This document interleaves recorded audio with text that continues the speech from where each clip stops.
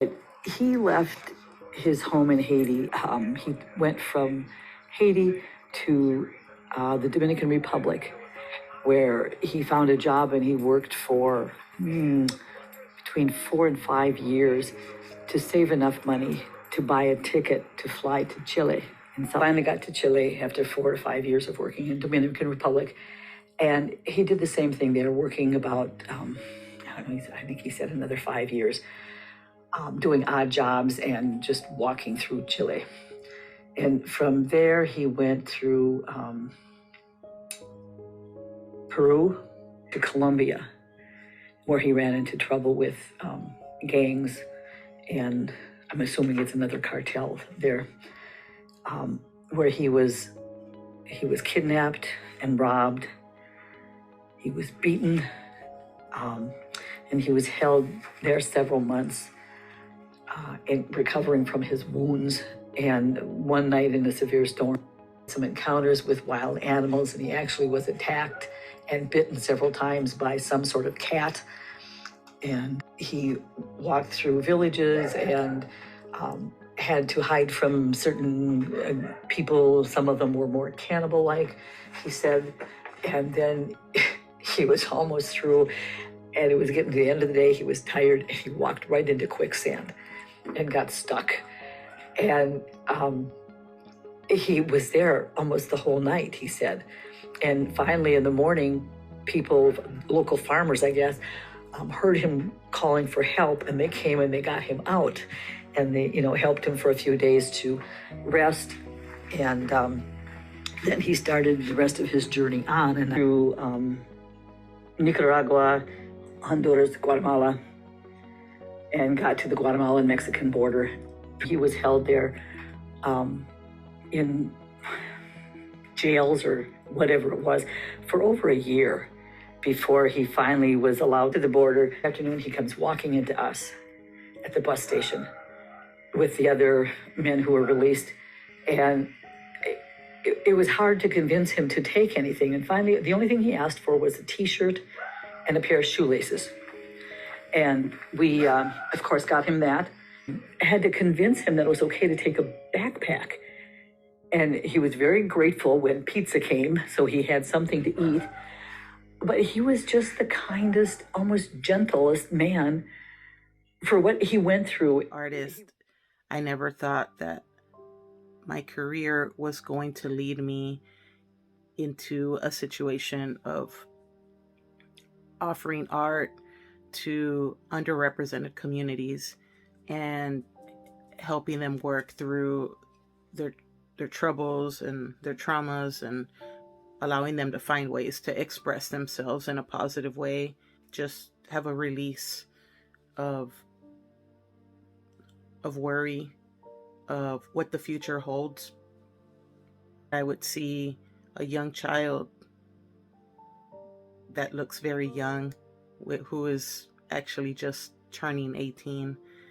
I never thought that being 18 was such a terrible thing. I thought being 18 was something that teenagers are just, wow, I'm going to be 18. I'm a grown up.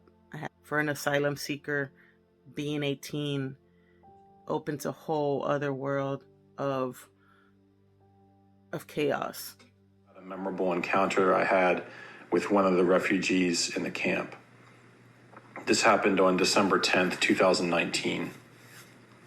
In the refugee camp in Matamoros earlier that night, Dr. Melba Salazar Lucio played Melba Claus and continued passing out gift bags as she had been doing during previous visits, as well as passing out prizes for those children who had been reading books and those who had drawn in their notebooks.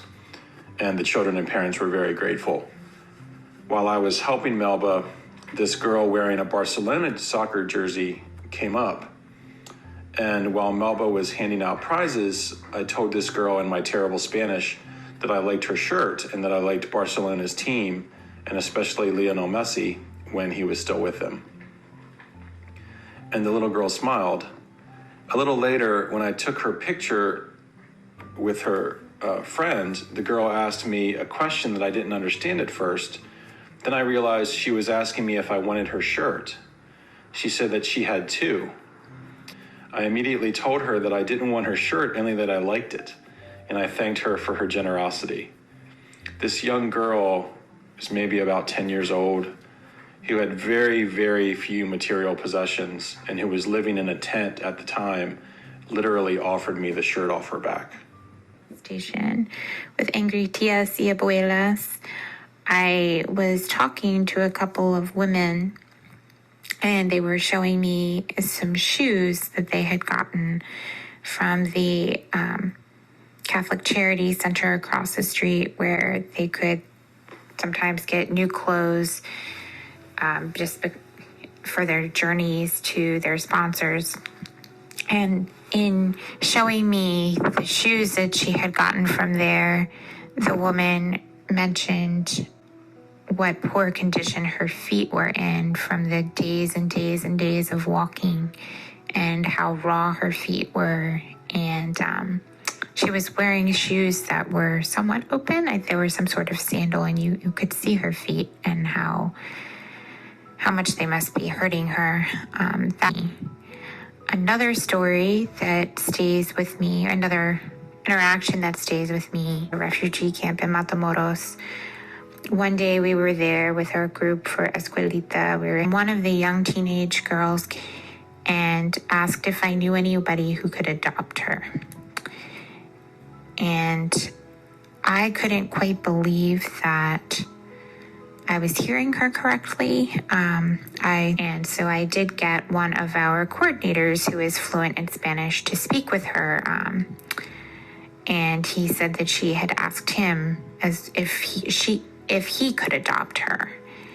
And to me, that was just such a heartbreaking interaction, and so indicative of the struggles that the families were dealing with, that you would hear of families sending children across on their own so that they wouldn't have to stay in the camp and the conditions, and just or being willing to see if somebody would adopt their child to get them out of the camp.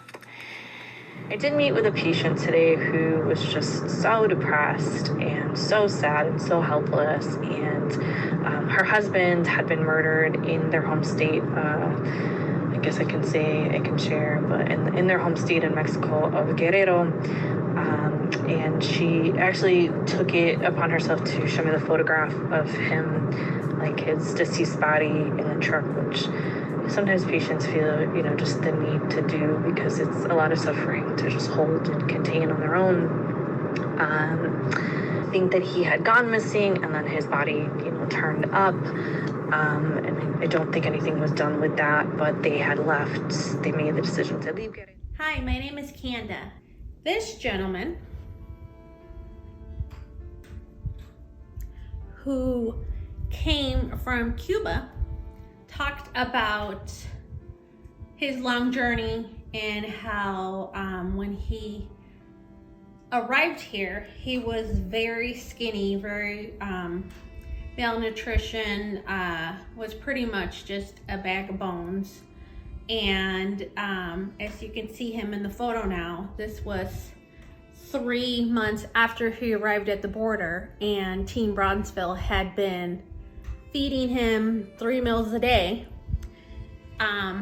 But he did share a story about having to travel through the jungle and how they would walk by bodies of people who did not make it.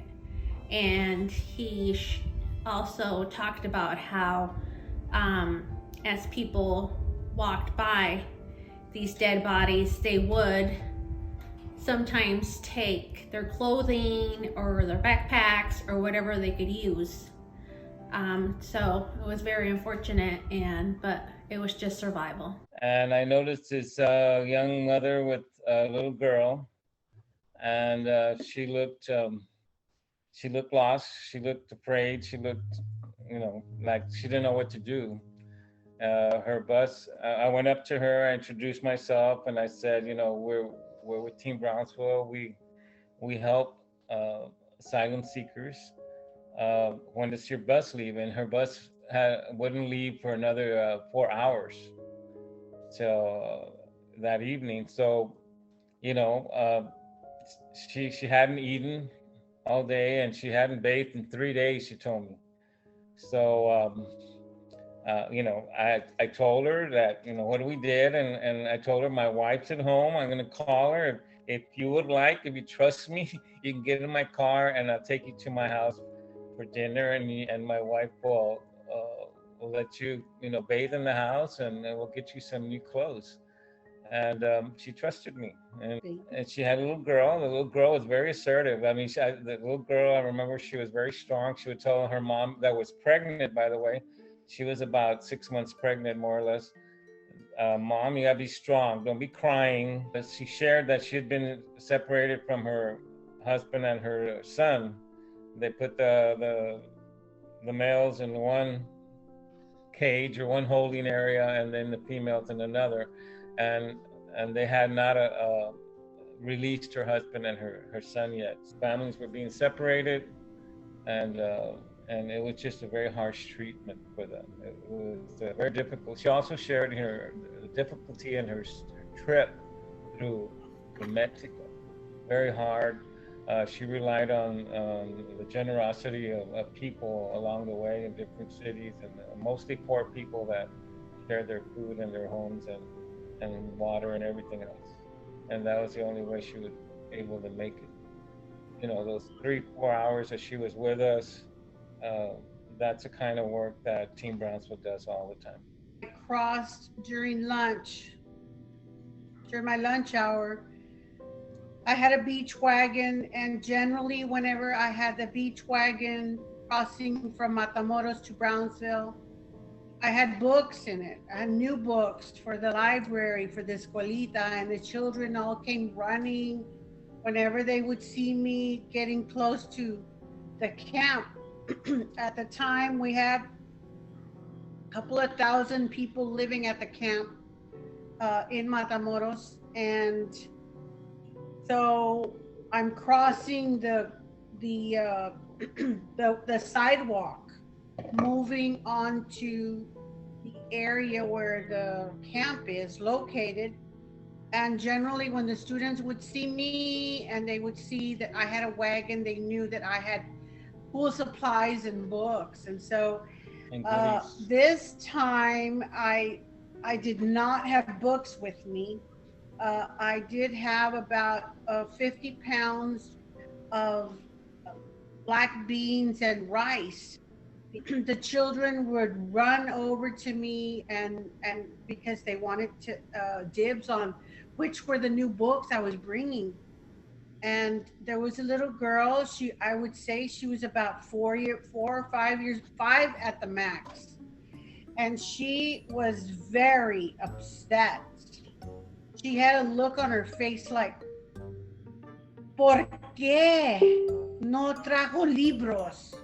Like she was so upset. She goes, yo quiero los libros. And I said, no, pero traje frijoles y arroz y para que tu mami haga de comer. And I was just so proud that I was bringing all this food and everybody's going to be happy. And she was upset. She goes, yo no quiero frijoles y yo no quiero arroz. Yo quiero libros. And she just moped. I mean, she looked like she was just about to cry, but she was angry because she felt duped. You know, she felt like I had set her up, but it was not intentional. And I told her I would bring books the next day, but she didn't care. She just went to her little tent, kind of upset. She says, yo quiero comida para mi mente, no para mi panza.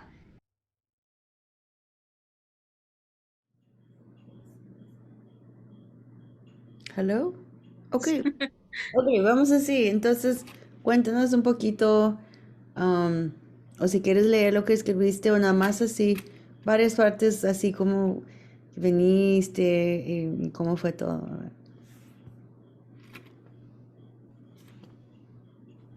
Nosotros salimos,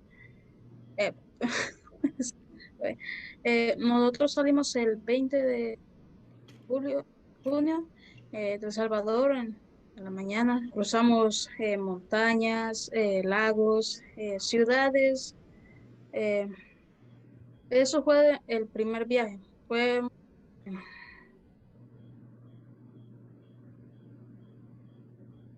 cuando estábamos por llegar a Puebla, nos avisaron de que nos iban a recoger en la madrugada. Eh, Todos salimos un poco cansados. Eh, no sé, el que se quedara dormido no lo iban a avisar y se quedaba atrás. Nosotros tenemos que estar muy pendientes del momento que nos recogieran. Ese día todos llegó la hora, un camión llegó, todos nos subimos, muchas personas, éramos como unas 80 personas que entramos a un camión, empezamos el viaje hacia Puebla. eh, no sabíamos qué hacer, los niños se sofocaban demasiado por de la calor, eh, lloraban, los padres de los niños no sabían qué hacer porque los niños estaban sin tomar agua, sin comer, eh, hasta la tarde que nos dimos cuenta que nos iban siguiendo los policías. Permanecimos en ese lugar como por casi un mes hasta que nos retornaron a nuestros países. De ahí nos volvimos a regresar para acá. En, eh, nos, que nos detuvieron unas personas armadas, eh, vestidos de militares. eh, Nos hicieron que nos detuviéramos, nos apuntaron con las armas, no sabíamos qué iba a pasar, llorando, pensando por todo lo que habíamos pasado, sin saber qué íbamos a hacer en el momento que nos regresaran, cuáles serían las noticias para todos.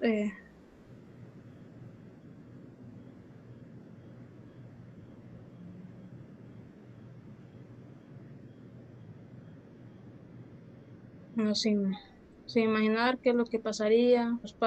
Los padres con los niños se tiraban el río, algunos no lograban cruzar, algunos morían. Pero no sabíamos qué les pasaba, o si les hacían algo, o si o estaban huyendo, eh,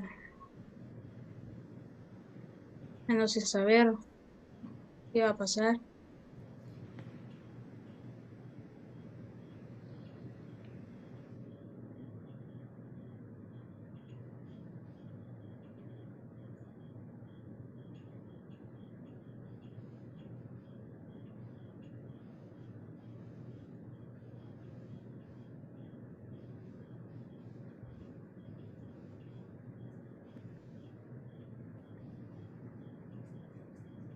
Ya no a las cortes, solo íbamos a presentarnos y luego nos volvían a regresar. No nos daban ninguna explicación. eh,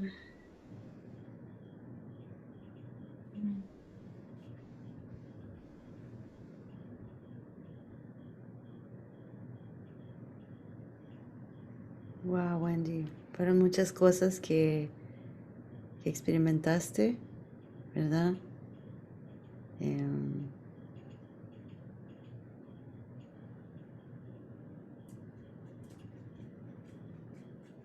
y el cambio. Cuando estabas en el bus, yo me acuerdo que me contaste, estabas en el bus, y ya, Feliz que gracias a Dios al fin pudimos cruzar para poder estar con nuestras familias, una oportunidad para todos de estudiar un poco. eh, ya de progresar un poco para nuestras familias.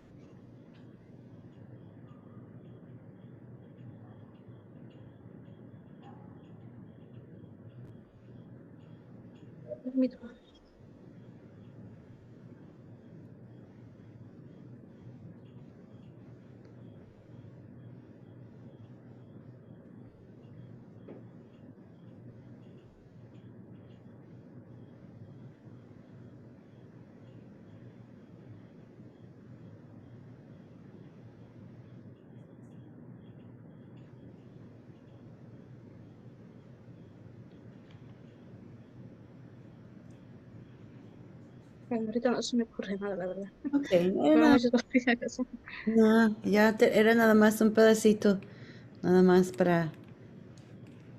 Disculpa que te tenga que haber preguntado algo tan fuerte y no estoy ahí para darte un abrazo. Es la única parte que siento, pero siéntete abrazado, Wendy, te estoy dando un abrazo. Siempre he estado pensando en ustedes, estoy tu linda familia, haciendo oraciones y estoy tan feliz, tan feliz que ya están aquí. Gracias a Dios. Bueno, ya terminamos. Ahora sí, ya.